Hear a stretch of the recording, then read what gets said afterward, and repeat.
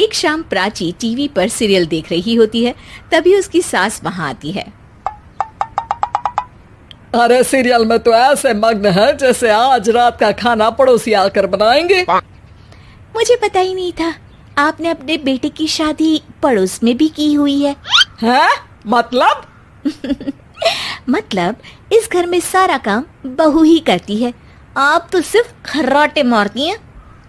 अच्छा जी, फिलहाल तो तुम आराम फरमा रही हो, चलो जाओ, ये मेरे टीवी देखने का समय है। आहा, इसीलिए मुझे भगाया जा रहा है। सॉरी, अब तो बिल्कुल नहीं जाऊंगी।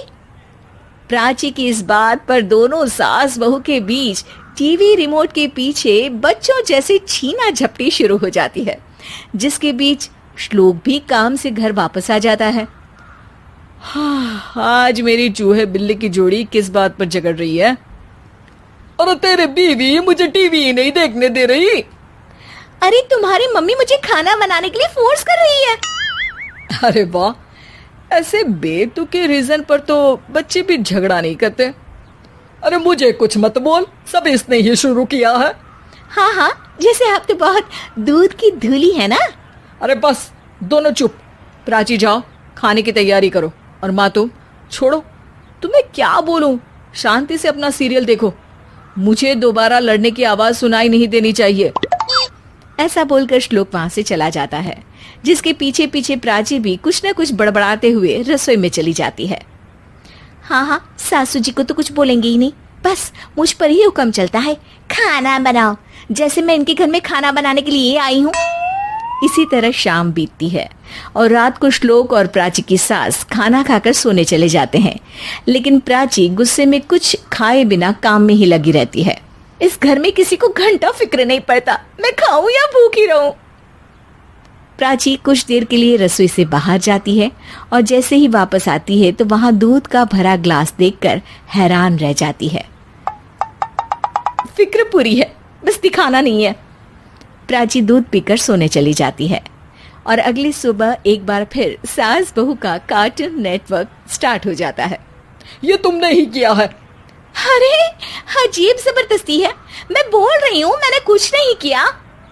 दोनों ने मिलकर पूरे घर को पागल खाना बनाया हुआ है। यहाँ कोई नॉर्मल इंसान तो रह ही नहीं सकता, इसीलिए अब पड़ोसी क्या रिश्तेदार भी घर आने से कतराते हैं। और सुन बेटे, तू भी चंगा, तेरी माँ भी चंगी, तेरी बीवी भी चंगी, रिश्तेदार। हाँ जी, आपको नहीं पता क्या, गंगाधर ही शक्तिमान है, रिश्तेदार ही। हाँ हाँ, बस समझ गया। कभी जानवरों जैसे लड़ेंगी तो कभी जुगलबंदी करेंगी। भाई मैं आप दोनों के बीच में नहीं फंसना चाहता। सास बहू की इस मन मौजी जोड़ी से परेशान होकर श्लोक अपना सिर खुजलाता वहां से चला जाता है। चलो अब मैं भी कीर्तन में जा रही हूँ। इस पर जैसे ही सास कमरे में अपना पर्स लेने जाती है तो वहां नाश्ते की प्लेट रखी देख मुस्कुराने लगती है और नाश्ता करके घर से बाहर निकलते हुए कुछ पैसे टेबल पर रख जाती है, जिसके कुछ देर बाद सिलेंडर वाला घर आता है। ओ मोरी मैया, मैं सिलेंडर के बारे में तो बिल्कुल भूल ही गई थी। घर खर्च के सारे पैसे भी मम्मी के पास है और श्लोक से बोला तो उल्टा 4 बात सुनाएंगे। प्राची ये सोच ही रही होती है कि अचानक उसका चेहरा चमक उठता है और वो घर में आकर इधर उधर देखने लगती है। तभी उसकी नजर टेबल पर रखे पैसों पर पड़ती है, जिन्हें वो सिलेंडर वाले को दे देती है। ये सब श्लोक देख लेता है। अच्छा बेटे, इतना बड़ा घोटाला, सबके सामने मैं तेरी दुश्मन और पीठ पीछे तेरी मेरी यारी। इस पर श्लोक एक प्लान बनाता है और शाम को सब एक साथ बैठे होने पर बोलने लगता है। माँ, तुम दोनों की बहुत लड़ाई होती है, इसलिए मैं सोच रहा हूँ कि प्राची को उसके घर छोड़ाऊं, इससे वो भी खुश रहेगी और तुम भी। अचानक श्लोक की ये बात सुनकर सास बहू शौक से उसकी तरफ देखती है। अरे ऐसे कैसे घर छोड़ाओगे, मुझे कहीं नहीं जाना। अरे तुमने बोला नहीं पर मैंने सुन लिया, तुम्हें मम्मी के साथ रहना अच्छा नहीं लगता, मुझे पता है। अरे वो, अरे जब बहू खुद कुछ काम बोले तो वो तुझे सुनता नहीं, और अब जो इसने बोला ही नहीं वो तू समझ गया। जब उसे नहीं जाना तो फिर जबरदस्ती क्यों कर रहा है? अच्छा, फिर आपको मौसी के घर छोड़ाता हूँ, बस अब आप दोनों एक घर में एक छत के नीचे नहीं रह सकती। मैं इस टॉम एंड जेरी की जोड़ी को और नहीं झेल सकता। है? ऐसे कैसे नहीं रह सकते? तुम्हें इतनी दिक्कत है तो तुम्हारा बोरिया बिस्तर पैक कर देती हूँ, लेकिन मम्मी जी कहीं नहीं जाएंगी। बिल्कुल यही सुनना था मुझे। अगर दोनों में इतना ही प्यार है फिर हर वक्त ये लड़ाई का नाटक क्यों करती हो?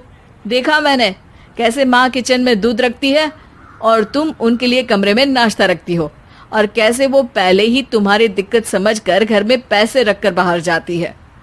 अरे भाई, इतना ड्रामा तो डेली सोप में भी नहीं होता जितना तुम दोनों ने इस घर में फैलाया हुआ है। तू हमें टॉम एंड जेरी बोलता है ना, तो याद कर वो दोनों भी एक दूसरे को बाहर वालों की बुरी नजर से बचाने के लिए हमेशा सबके सामने लड़ते थे, लेकिन अकेले में दिक्कत के समय मदद भी तो करते थे। बस हमारा रिश्ता भी कुछ ऐसा ही है। और वैसे भी अगर सास बहू में तू मैं नहीं होती तो दुनिया वालों को कहानियां कैसे मिलेंगी?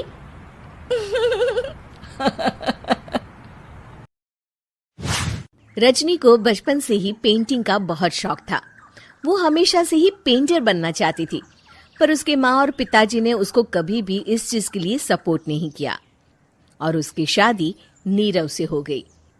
नीरव रजनी को बहुत प्यार करता था, पर रजनी हमेशा चुपचाप ही रहती। वो इस शादी से खुश नहीं थी। वो ये शादी नहीं करना चाहती थी। उसे तो हमेशा से पेंटर जो बनना था। अपने इस सपने को वो नहीं पूरा कर पाई, इसलिए वो हमेशा उदास रहती थी। रजनी, बहुत ही बढ़िया फिल्म लगी है, कल देखने चले? नहीं जी, कल मुझे बहुत काम है, मैं नहीं जा पाऊंगी। अच्छा तो कोई बात नहीं, संडे को चलते हैं। देखिए, मुझे फिल्म देखना पसंद नहीं है। आपको जाना है तो चले जाइए। नीरव को मना करके रजनी वहां से चली जाती है और अपने बैग को खोलकर उसमें बंद पड़े ब्रश और कलर्स को देखकर रोने लगती है। रजनी, चलो ना कहीं बाहर खाने चलते हैं, कुछ तुम्हारी पसंद का। जी, मुझे नहीं जाना, मेरी तबीयत ठीक नहीं है। रजनी वहां से चली जाती है। नीरव को समझ नहीं आता कि रजनी उससे इतना दूर क्यों रहती है। वो जब भी उसके साथ वक्त बिताना चाहता है, रजनी कोई ना कोई बहाना बना देती है। एक दिन घर पर कोई नहीं था। रजनी घर का सारा काम जल्दी से खत्म कर लेती है। घर पर अकेले होने के कारण वो सोचती है कि वो आज पेंटिंग करेगी। वो अपने कमरे में जाकर पेंट ब्रशेस और कलर्स निकालकर जैसे ही कलर मिक्स कर रही होती है कि दरवाजे पर बेल बज जाती है। अब कौन आ गया इस वक्त? इतनी मुश्किल से तो मुझे पेंट करने का मौका मिला है। रजनी दरवाजा खोलती है तो उसकी सास अपनी सहेलियों के साथ खड़ी होती है और सब घर के अंदर आ जाते हैं। अरे बहू, सबको शरबत बनाकर पिला दे, बाहर तो बड़ी गर्मी है। उफ। जी। रजनी पेंट ना कर पाने से उदास हो जाती है। उसे गुस्सा भी आ रहा होता है कि उसने इस शादी के लिए हाँ क्यों कह दी। वो रसोई में जा रही होती है कि उसकी सास उसे रोकती है। बहू, सबके खाने का भी इंतजाम कर लेना, आज का लंच तो ये सब यहीं करेगी। हाँ। रजनी बिना कुछ कहे रसोई में चली जाती है। सबके लिए खाना बनाती है। सब खाना खाते हैं और रजनी घड़ी देखती है कि ये सब कब जाएंगे ताकि वो अपनी पेंटिंग कर सके। जब शाम होती है तब सब चले जाते हैं अपने घर। अरे बहू, सब तेरे खाने की तो बहुत तारीफ कर रहे थे, सबको बहुत अच्छा लगा खाना। आपको मुझे सुबह बताना चाहिए था ना कि आपकी सहेलियां आ रही हैं। पता भी है कितना वक्त लगा सारा खाना बनाने में। अरे बहू, तू ऐसे कैसे बात कर रही है मुझसे? तो और कैसे बात करूं? मैं इस घर की कोई नौकरानी नहीं हूं कि इतना काम करूंगी। रजनी अपने कमरे में जाकर दरवाजा बंद कर लेती है। शाम को जब नीरव आता है तो उसकी माँ उसे पूरी घटना के बारे में बताती है। क्या रजनी ने आपसे इस तरह बात की माँ?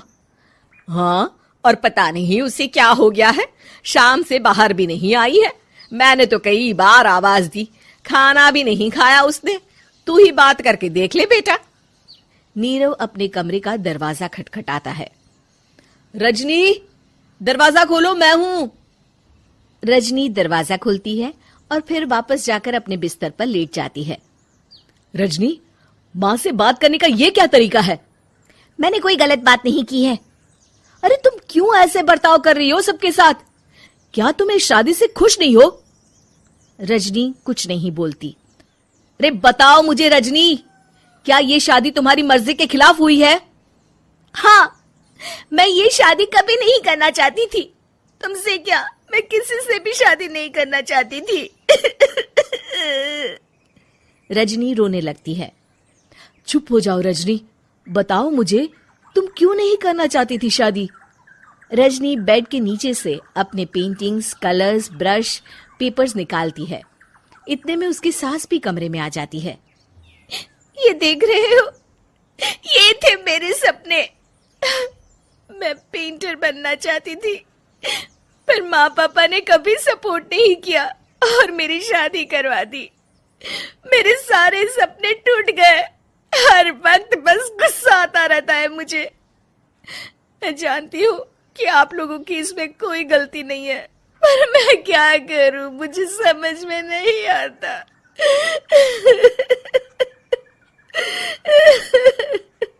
रजनी फूट फूट कर रोने लगती है। मुझे माफ कर दीजिए, आप दोनों के साथ मैं बहुत बुरा बर्ताव कर रही हूँ। अरे रजनी बेटा, चुप हो जाओ तुम। नीरव पानी लेकर आता है। ये लो पानी पियो और शांत हो जाओ। रजनी पानी पीती है और उसकी सास पेंटिंग्स देख रही होती है। अरे नीरव, हमें तो पता ही नहीं था कि हमारी बहू कलाकार है। अरे कितनी अच्छी पेंटिंग्स बनाई है, देखो तो। ये वाली तो मैं अपने कमरे में ले जाऊंगी। आपको ये पेंटिंग्स अच्छी लगी? अच्छी नहीं, बहुत अच्छी लगी। और तुमने हमें बताया क्यों नहीं? तुम जब चाहे पेंटिंग कर सकती हो रजनी। हम तुम्हारे सपनों को पूरा करने में तुम्हारा पूरा साथ देंगे। हाँ बेटा, हम कला की कद्र करते हैं। हम कलाकार तो नहीं, पर मुझे गर्व है कि मेरी बहू एक कलाकार है। रजनी, नीरव और सास तीनों हंस पड़ते हैं।